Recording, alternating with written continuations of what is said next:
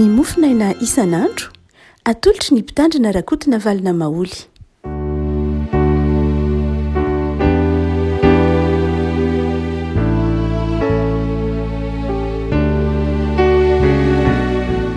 fanarabatsika revako malala toatra ty alatsinainy fa 5 ny volana aprily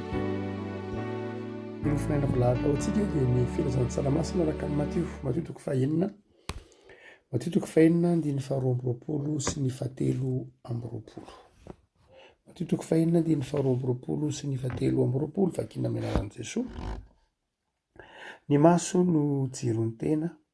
koa amin'izany raha tsara ny masonao dia hazava avokoa ny tenanao rehetra, fa raha ratsy ny masonao dia ho maizina avokoa ny tenanao rehetra. Koa raha maizina ny fahazavanao anatinao, manao ahoana ny halehibeny zany fahamaizinana izany. Ray masonao, manamasinana amin'ny fahamarinana ny tenanao, ny fahamarinana. Amen. Jesosy eto dia manao toriteny izay fantatsika fa nataony miezinezy ny toriteny io, ary Matio dia manazava fa tena tendrombohitra io toriteny mavesa-danja izay manorina ny etika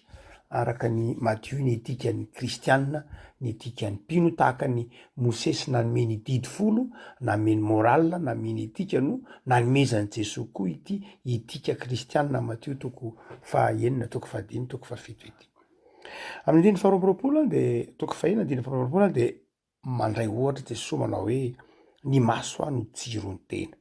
koa amin'izany raha tsara ny masonao dia hazava avokoa ny tenanao rehetra. Raha raisina rabaky teny aloha zay dia mazava ny hoe ny maso ny jiron'ny tena, zany hoe ny maso no ahafahan'ny vatanao, ahafahan'ny tova rehetra eny aminao, ahafahan'ny fitaovana rehetra eny aminao miasa araka ny tokony ho izy. Rehefa ohatra ka mahiratra tsara ny maso dia afaka miasa tsara ny tanana, fa raha ohatra ka tsy eo ny maso izay jiron'ny tena dia zao tsy tena afaka tsara miasa ny tanana. Mety tsy afa miasa mihitsy ary na miasa fa tsy afaka miasa araka ny tokony ho izy. Na eo aza ny tongotra, rehefa tsy mijery ny maso dia sahirana ihany ny tongotra. Na eo aza ny sofina dia zao dia mety mandre ny sofina saingy tsy afaka manderirery raha tsy eo ny maso. Zava-dehibe zany ny maso Jesosy, satria ny maso dia mahatonga ny vatana, mahatonga ny tena manontolo afaka mandeha araka ny tokony ho izy, afaka miasa araka ny tokony ho izy. Fa raha ohatra ka tsy eo ny maso, na eo daholo ary ny tanana, eo ny tongotra, eo ny sofina, eo ny kibo, dia tsy ahavita araka ny tokony ho izy, tsy handeha araka ny tokony ho izy lay vatana. Jesosy zany dia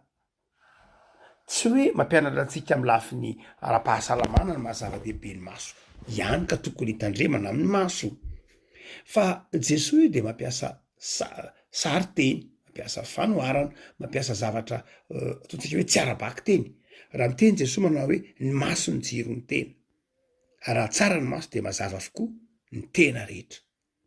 Nisy tokony hodonana dia ny filazantsaraky ny Marka dia nosoratana ho ana communauté, na ho ana kristianina, na ho ana fiangonana, dia nivavahana jiosy, ireo jiosy niova kristianina. Zany hoe ny filazantsaramasina araka ny Matio dia novakiana teo amin'ny fiangonana, tahaka neny ohatran'ireny mamaky raharaham-piangonana ireny, dia nivakiana teo amin'ny fiangonana, natao fanao ny mamaky ny filazantsara. Noho zany dia ny fiangonana no miaino itony filazantsara tony, ny olona miara-mivavaka no miaino le filazantsara, fa tsy hoe olona anankiray ny tokantrano ihany. Noho zany dia lay teny hoe ny maso ny jiron'ny tena dia milaza sariko izy io. Eo ny heviny arabaky teny, fa misy koa ny heviny arak'heviny. Raha toa ka mametra-panontaniana tsika hoe inona moa ny tena ao amin'ny soratra masina. Kolosiana toko voalohany andiny efatra amby roapolo, ao amin'ny taratasy nosoratan'i Paoly an'ny Efesianina, soratan'i Paoly an'ny Romanina, dia rehefa miteny Paoly hoe tena dia zao sary ny fiangonana zay. Ny fiangonana no arin'i Paoly amin'ny vatana iray, amin'ny tena iray ihany. Ary dia mazava zany, raha ohatra ka mamaky ny filazantsara, mamaky ny ataovy ny salamo, mahazatra antsika ny salamo 500, andininy fa salamo 8:20, andininy fa 5:1 le manao hoe fanilo ny tongotro sy fanazavana ny lalako ny teninao. Raha miteny zany Jesosy manao hoe ny maso ny jiro ny tena, ny maso ny fanilo, inona zany lay fanilo? Ny tenin'Andriamanitra. Fanilo ny tongo sy fanazavana ny lalako ny teninao, ny teninao ny fanilo. Noho zany dia raha ohatra zany ka mametraka fantahina amin'ny soratra masintsika, inona moa lay fanilo, inona lay jiro? Ny tenin'Andriamanitra. Inona lay tena? Ny fiangonana. Raha ohatra ka mbola maka any amin'ny ohabolana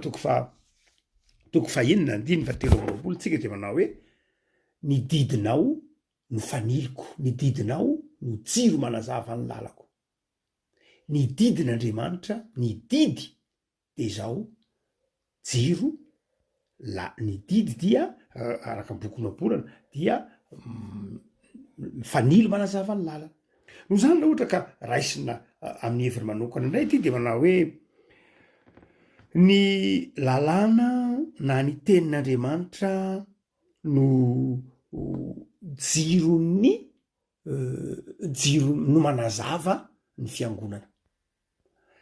Afaka malala amin'ny diadininy ity zany de misy ny heviny rabaky teny mampianatra atsika fa ny maso dia ahafahantsika mahasa araka ny tokony ho izy, ahafahan'ny fitaovana rehetra ety amintsika ny vatantsika miasa araka ny tokony ho izy. Fa rehefa ampiarina amin'ny finoana zany de zao ny fiangonana de zao ny tenin'Andriamanitra no manazava azy. Zany hoe ny jiro ny fiangonana na ny manazava ny fiangonana de ny tenin'Andriamanitra. Fanilo ny tongotro ny teninao. Ny fiangonana zay tsy miaina ny tenin'Andriamanitra de maizina. Ny fiangonana tsy mivelona amin'ny tenin'Andriamanitra de maizina. Ny fiangonana tsy miaina ny soratra masina de zao itenenin' Jesosy amin'ny 2:3 manao hoe maizina ny fahazavana ao anaty. Ravako malala zava-dehibe ny aina ny fiangonana ny tenin'Andriamanitra sy ny soratra masina. Angamo misy fiangonana tsy miaina ny tenin'Andriamanitra, fa angamo misy fiangonana tsy miaina ny soratra masina, eny tokoa. Ankehitriny mivoatra be ny teolôjian'ny fiangonana ka manao tsy ny soratra masina ihany engeny mahafiangonana ny fiangonana tahaka zany, fa izao tena ny soratra masina ny voalohany manome aina sy fahazavan-tsaina, mahatonga ny fiangonana afaka mandroso, mahatonga ny fiangonana afaka mivelona de ny tenin'Andriamanitra. Zay le hoe ny maso ny jiro ny tena. Ny maso ny jiro ny tena de zao mitovy amin'ny hoe ny tenin'Andriamanitra no fanilo sy manazava ny lalan'ny fiangonana. Rehefa ny fiangonana tsy miaina ny tenin'Andriamanitra de maizina izy, mikorotana izy, miraparapa risy aro izy, lasa ny olombelona no mifampijery eo anatin'ny fiangonana io, ny mpino no mifampijery, ny mpino no mifampitsara, ny mpino no mifampitsikera. Anaray ara ny everiny mpino fa ny hery no anatanterahana ny asan'Andriamanitra, everiny fa izy no manao ny asan'Andriamanitra, everiny fa aza ny fiangonana, everiny fa ny sitraponina atao anatin'ny fiangonana sy ny sisa rehetra rehefa tsy ao ny tenin'Andriamanitra. Amin'ny fotoana zay tsy ametrahan'ny fiangonana ny tenin'Andriamanitra no fanazavana ao an'ny lalana de zao mijalona toy ny fikambanana tsotra izy, toy ny club, toy ny fikambanana tsotra, ohatran'ny club. Ary rehefa ny fiangonana ny sanatria tsy miaina ny tenin'Andriamanitra, tsy mandre ny tenin'Andriamanitra, tsy toriana ny tenin'Andriamanitra, tsy tia ny tenin'Andriamanitra, dia manjary toy ny fikambanan'olon-tsotra fotsiny izy. Ary rehefa fikambanan'olon-tsotra de zao fikambanana miaro ny tompontsoa ny mpikambana ao aminy. Zay ny antsoina hoe fikambanana, zay ny antsoina hoe club, zay ny antsoina hoe fikambanan'olon-tsotra. Rehefa fikambanan'ny mpivarotra de miaro ny tompontsoan'ny mpivarotra, fikambanan'ny mpividy miaro ny tompontsoan'ny mpividy, fikambanan'ny mpanoana baolina kitra miaro ny tompontsoan'ny baolina kitra. Mazava ho azy, zay no antony ananganana fikambanana. Fiangonana de tsy natao iaro ny tompontsoa mpikambana ao aminy loatra, tsy zay ny mahafiangonana fiangonana, tsy club io. Hoe anka iaro ny tompontsoan-drano na iaro ny tompontsoan-drao, tsy zay ny mahafiangonana fiangonana. Fa rehefa miala eo amin'ny fiangonana ny tenin'Andriamanitra sy ny soratra masina ka tsy ainany de lasa fikambanana tsotra izy.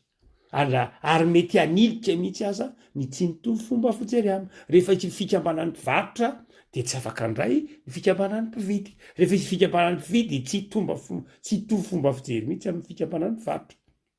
de tahak'izay ko rehefa ohatra ka tsy ao amin'ny fiangonana tsony le tenin'andriamanitra tsy miaina am'le hoe ny maso ny jiro ny tena de zao manjary fiangonana izay manilika ny hafa mitady tombotsy ho an'ny mpikamanao aminy mitady tombotsy ho an'ny tenany manokana ary manadino fa ny hafa koa mba manana anjara eo aminy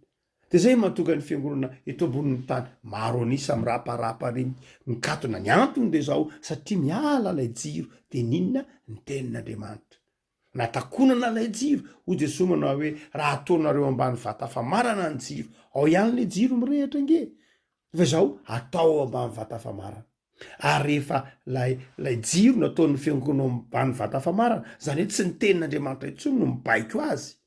fa ny fenitra maha olombelona ny fotom-pisainana maha olombelona ny fahendren'olombelona ny egon'olombelona zany de mety vata famarana manakona lay jiro ao anatin'ny fiangonana ka mahatonga ny fiangonana ho maizina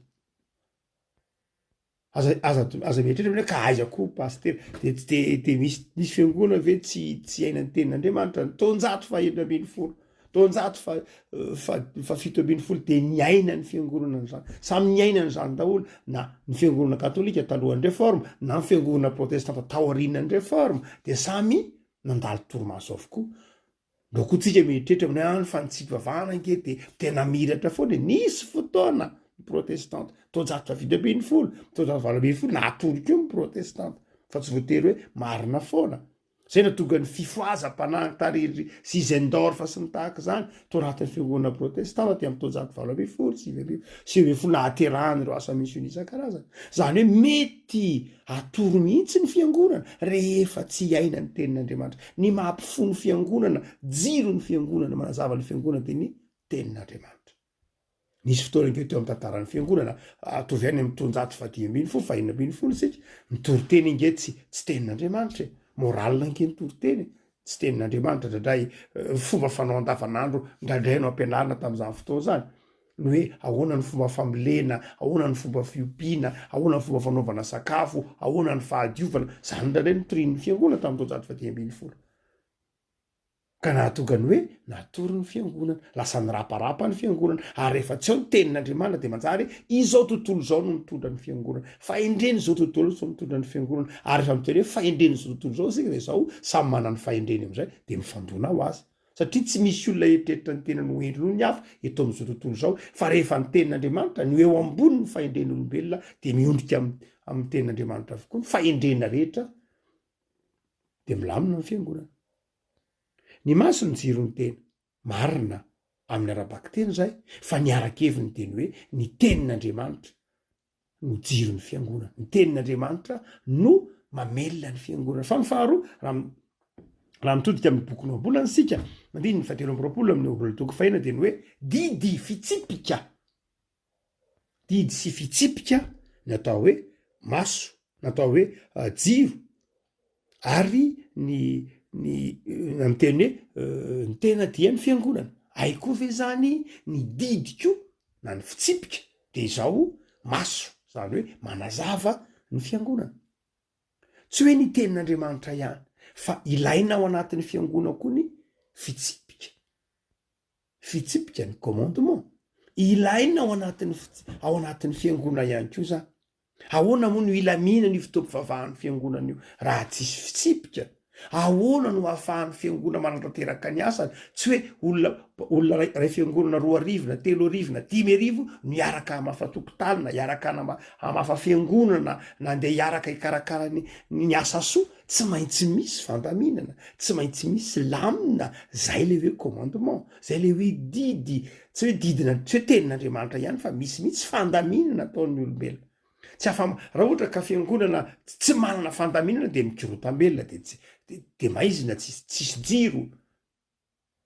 fa tsy maintsy ilain'ny fiangonana ny fandaminana fatatsika zany ao amin'ny fiangonana tany Korinto de nisy ny fandaminana nataon'ny Paoly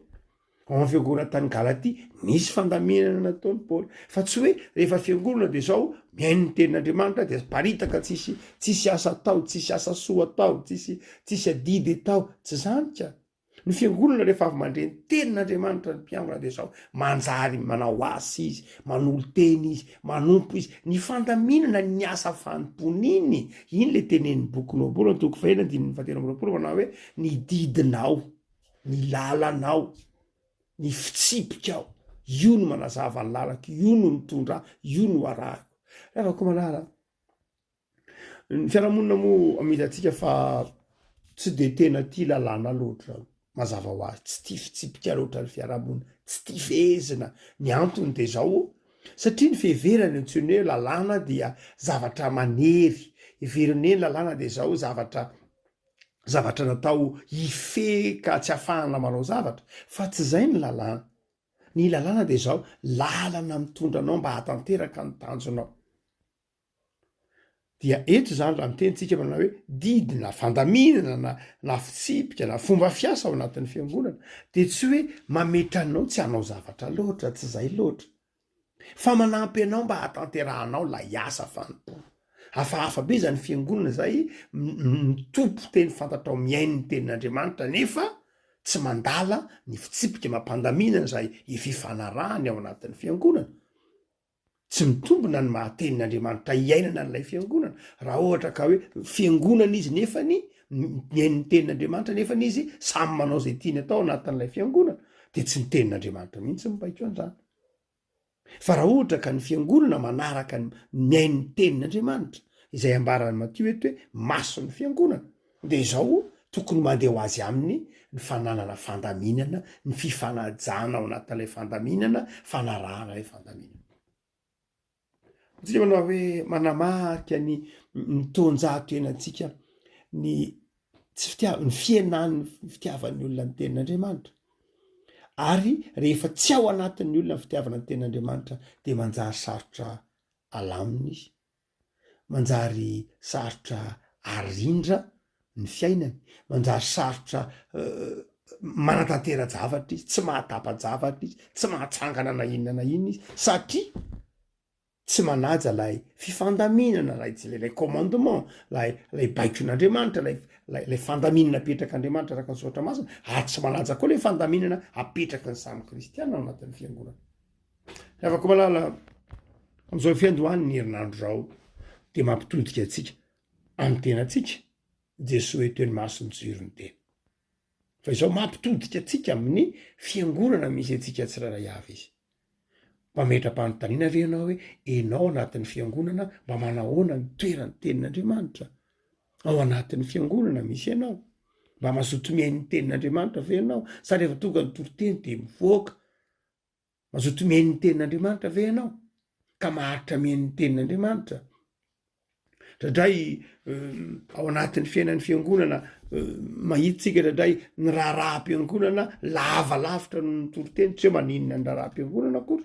fa izao ny tenin'andriamanitra vao manomboka ny toriteny de ndradray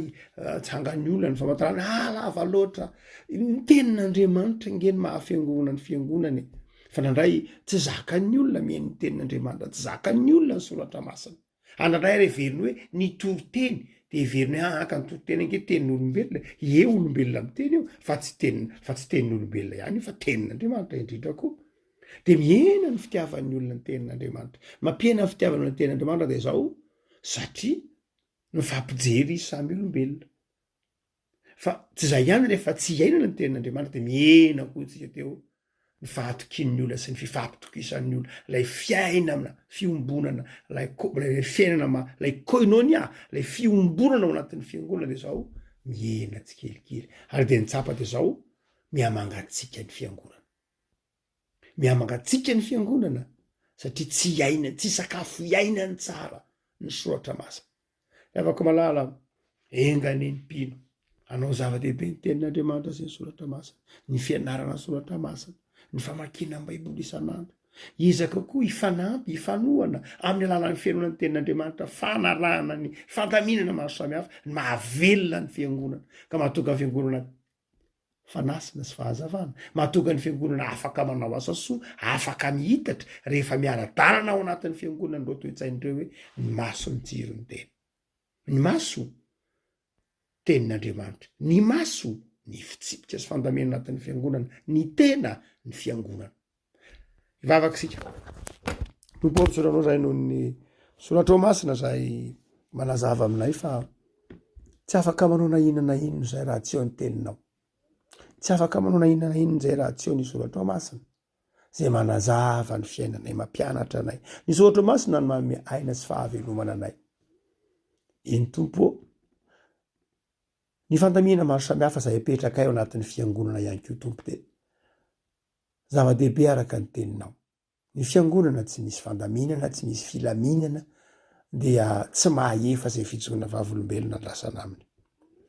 Vaovao ny herinandro tompo, manomboka miasa zay de ataovy tia mamaky soratra masina, ataovy tia miaino ny teninao, ataovy tia mianatra aminao fa manome aina ao anay ny teninao. Ary ataovy mahay manaja ny fandaminana, tsy ny fandaminana nivy ny fiangonana ihany fa ny fandaminana eny amin'ny fiarahamonina rehetra eny de ampianary zay Jesosy mba hianajany reny. Da io ny herinandronay vaovao, ataovy ahitana fifaliana, fivelarana, finoana amin'ny toetra tsara. De mametraka sy herinandro vaovao ampelantananao zahay mba ahavokatra sy ahasoany ny asanay mamakivaky ity herinandro vaovao ity. Misaotra Jesosy. Amen.